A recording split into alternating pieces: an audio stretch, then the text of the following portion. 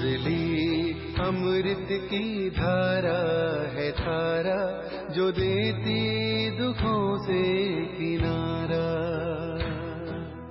मुरली अमृत की धारा है धारा, जो देती दुखों से किनारा।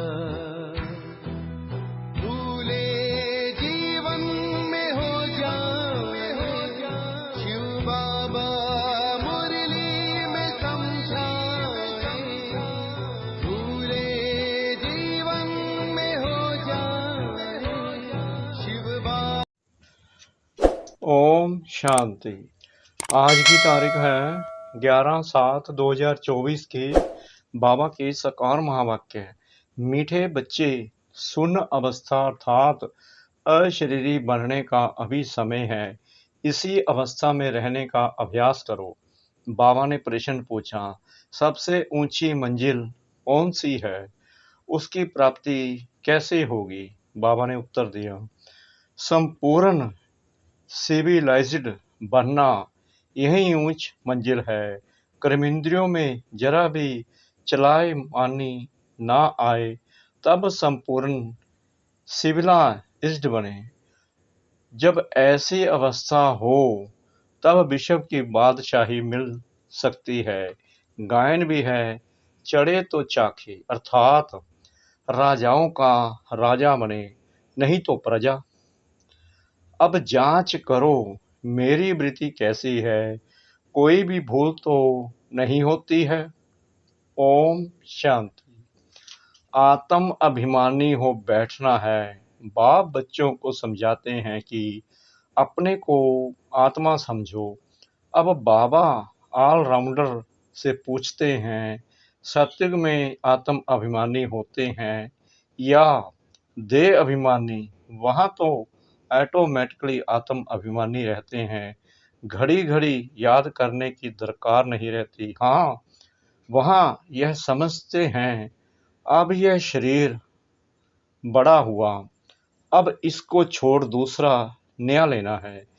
जैसे सर्प का मिसाल है, वैसे आत्मा भी यह पुराना शरीर छोड़ नया लेती है। भगवान मिसाल दे समझाते हैं, तुम्हें सभी मनुष्यों को ज्ञान की भूं भूं कर आप समान ज्ञानवान बनाना है, जिससे परिस्थानी निर्विकारी देवता बन जाए। ऊंच से ऊंच पढ़ाई है मनुष्य से देवता बनाना। गायन भी है ना, मनुष्यों को देवता किए किसने किया? देवताओं ने नहीं किया, भगवान ही मनुष्यों को देवता बनाते हैं। मनुष्य इन बातों को जानते नहीं। तुमसे सब जगह पूछते हैं, आपकी एम ऑब्जेक्ट क्या है?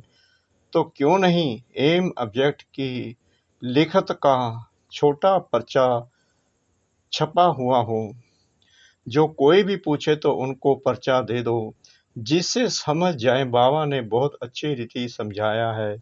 इस समय यह कलयुगी पतित दुनिया है, जिसमें महान अपरम अपार दुख हैं।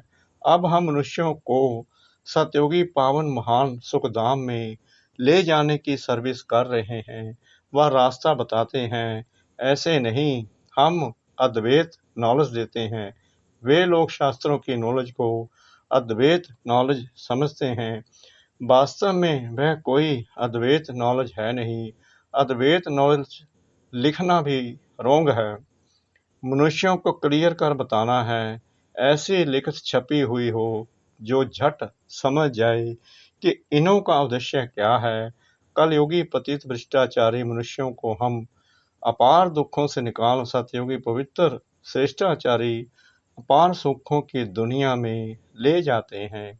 बाबा यह निबंध बच्चों को देते हैं, ऐसे क्लियर कर लिखना है, सब जगह ऐसी तुम्हारी लिखत रखी हो, झट वह निकाल कर दे देनी चाहिए, तो समझे हम तो दुखधाम में हैं, गंध में पड़े हैं।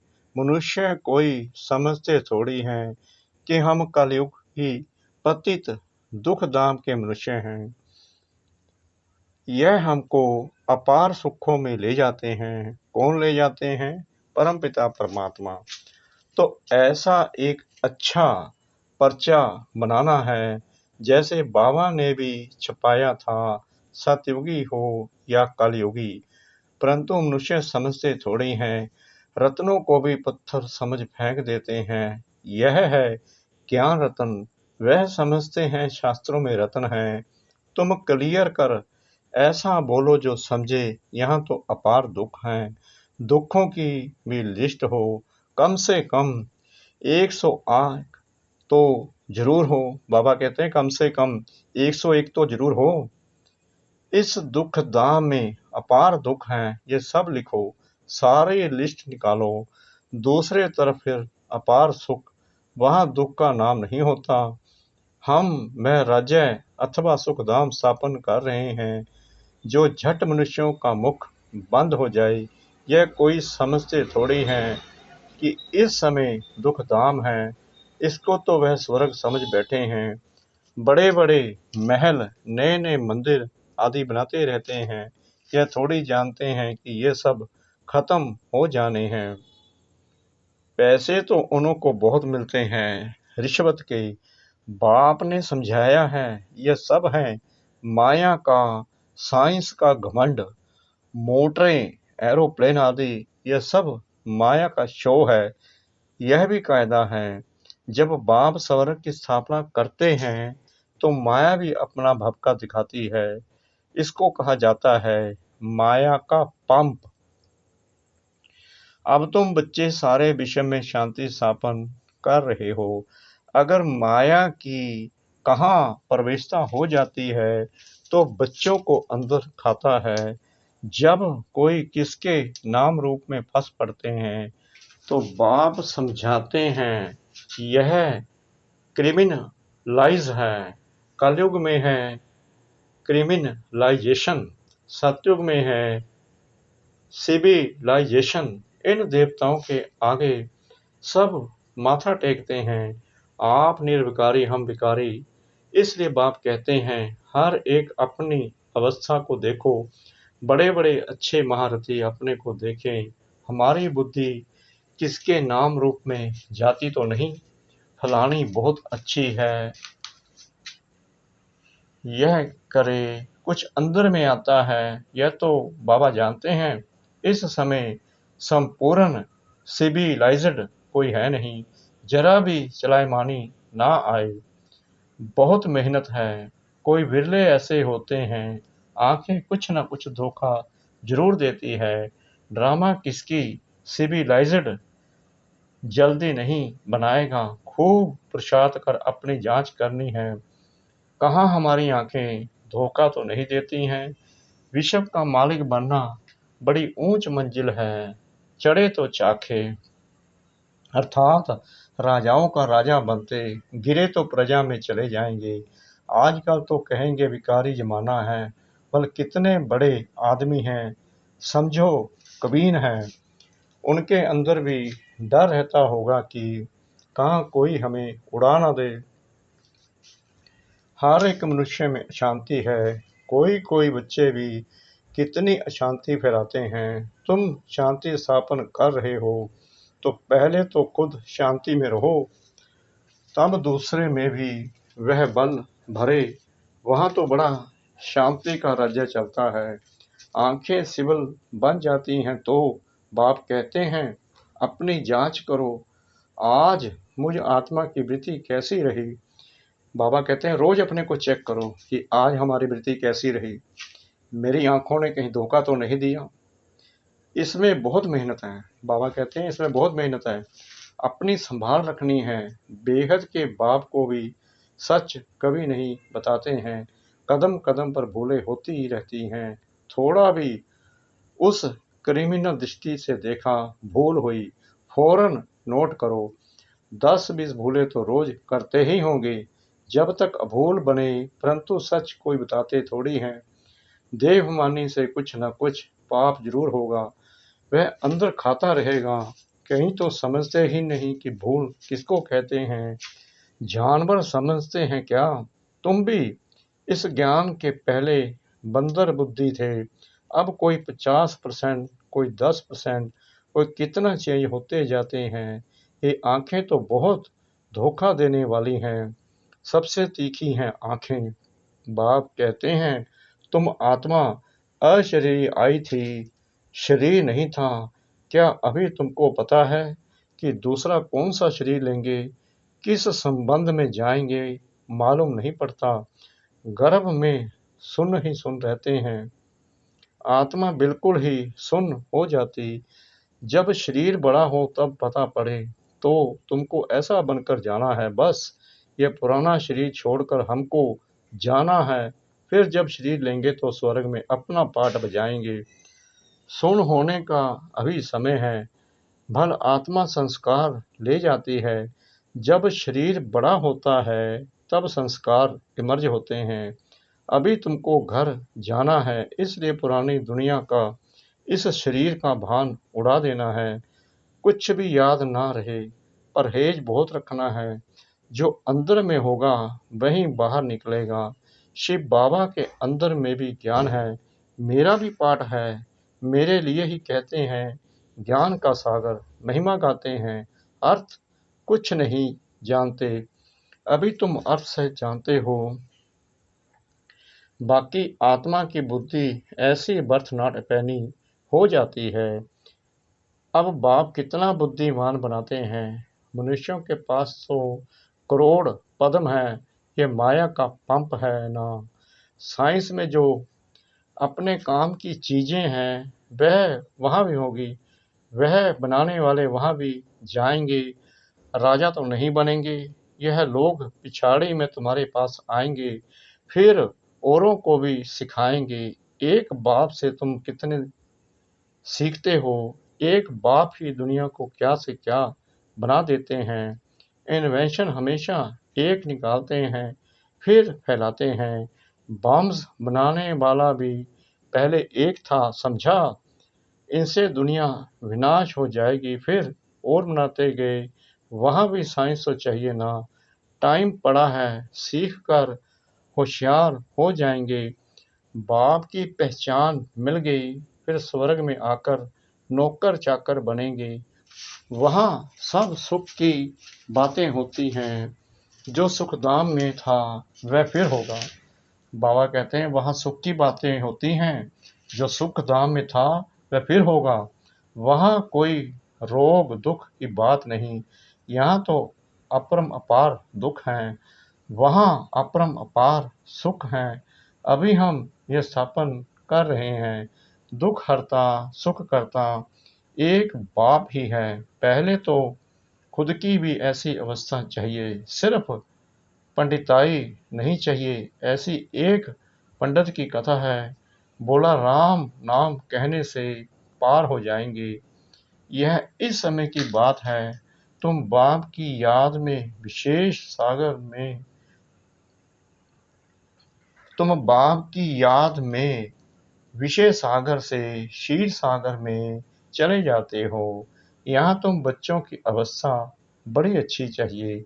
योग नहीं, क्रिमिनल आइज है तो उनका तीर लग नहीं सकता। आंखें सिविल चाहिए। बाप की याद में रह किसको ज्ञान देंगे तो तीर लग जाएगा। ज्ञान तलवार में योग का जोहर चाहिए। नॉलेज से धन की कमाई होती है। ताकत है याद की।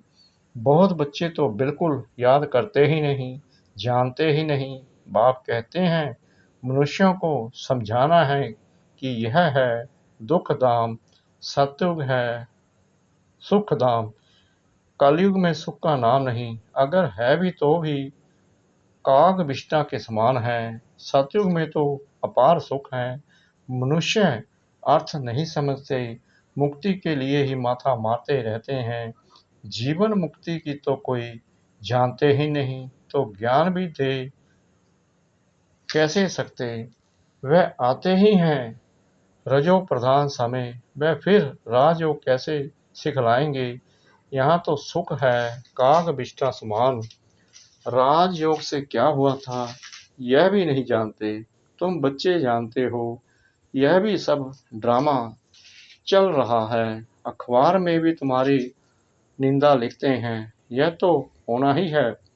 अबलाओं पर किस्म किस्म के सितम आते हैं, दुनिया में अनेक दुख हैं, अभी कोई सुख है थोड़ी।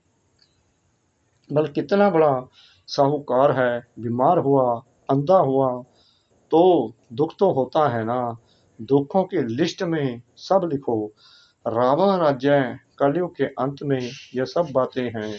सतयुग में दुख की एक भी बात नहीं होती है, सतयुग तो होकर गया है ना। अभी है संगम युग, बाप भी संगम पर ही आते हैं। अभी तुम जानते हो 5-6 वर्ष में हम क्या क्या जन्म लेते हैं, कैसे सुख से फिर दुख में आते हैं। जिनको सारा ज्ञान बुद्धि में है, धारणा है, वह समझ सकते हैं। बाप तुम बच्चों की झोली भरते हैं, गायन भी है, धन दिए धन ना कूटे। धन दान नहीं करते हैं तो गोया उनके पास है ही नहीं, तो फिर मिलेगा भी नहीं। हिसाब है ना, देते ही नहीं तो मिलेगा कहाँ से, वृद्धि कहाँ से होगी। यह सब है अविनाशी ज्ञान रतन, नंबरवार तो हर बात में होते हैं ना। यह भी तुम्हारी रूहानी सेना है। कोई रूह जाकर ऊंच पद पाएगी, कोई रूह प्रजा पद पाएगी, जैसे कल पहले पाया था। अच्छा, मीठे मीठे सिकला दे रूहानी बच्चों को नंबरवार प्रसाद अनुसार बाप दादा व माता पिता का दिल व जान सिक व प्रेम से याद प्यार और गुड मॉर्निंग। रूहानी बाप की रूहानी बच्चों को नमस्ते। हम रूहानी बच्चों की रूहानी बाप दादा को श्रद्धा भरी प्रेम भरी नमस्ते। शुक्रिया बाबा, शुक्रिया बाबा, शुक्रिया बाबा, इस मीठी मीठी मीठी मुरली के लिए। धारणा के लिए मुख्य सार। नंबर 1, अपनी संभाल करने के लिए कदम कदम पर जांच करनी है कि आज मुझ आत्मा की वृत्ति कैसी रही। आंखें सिबल रही, देह अभिमान वश कौन सा पाप हुआ। नंबर 2, बुद्धि में अविनाशी ज्ञान धन धारण कर फिर दान करना है। ज्ञान तलवार में याद का जौहर जरूर भरना है। वरदान सतगुरु परमपिता परमात्मा जी का। सत्यता की अथॉरिटी को धारण कर सर्व को आकर्षित करने वाले निर्भय और विजयी भव। आप बच्चे सत्यता की शक्तिशाली श्रेष्ठ आत्माएं हो। सत्य ज्ञान, सत्य बाप, सत्य प्राप्ति, सत्य याद, सत्य गुण, सत्य शक्तियां सब प्राप्त हैं। इतनी बड़ी अथॉरिटी का नशा रहे तो यह सत्यता की अथॉरिटी हर आत्मा को आकर्षित करती रहेगी। झूठ खंड में भी ऐसी सत्यता की शक्ति वाले विजयी बनते हैं। सत्यता की प्राप्ति खुशी और निर्भयता। सत्य बोलने वाला निर्भय होगा, उनको कभी भय नहीं हो सकता। स्लोगन, वायुमंडल को परिवर्तन करने का साधन है पॉजिटिव संकल्प और शक्तिशाली वृत्ति। वायुमंडल को परिवर्तन करने का साधन है पॉजिटिव संकल्प और शक्तिशाली वृत्ति। ओम शांति।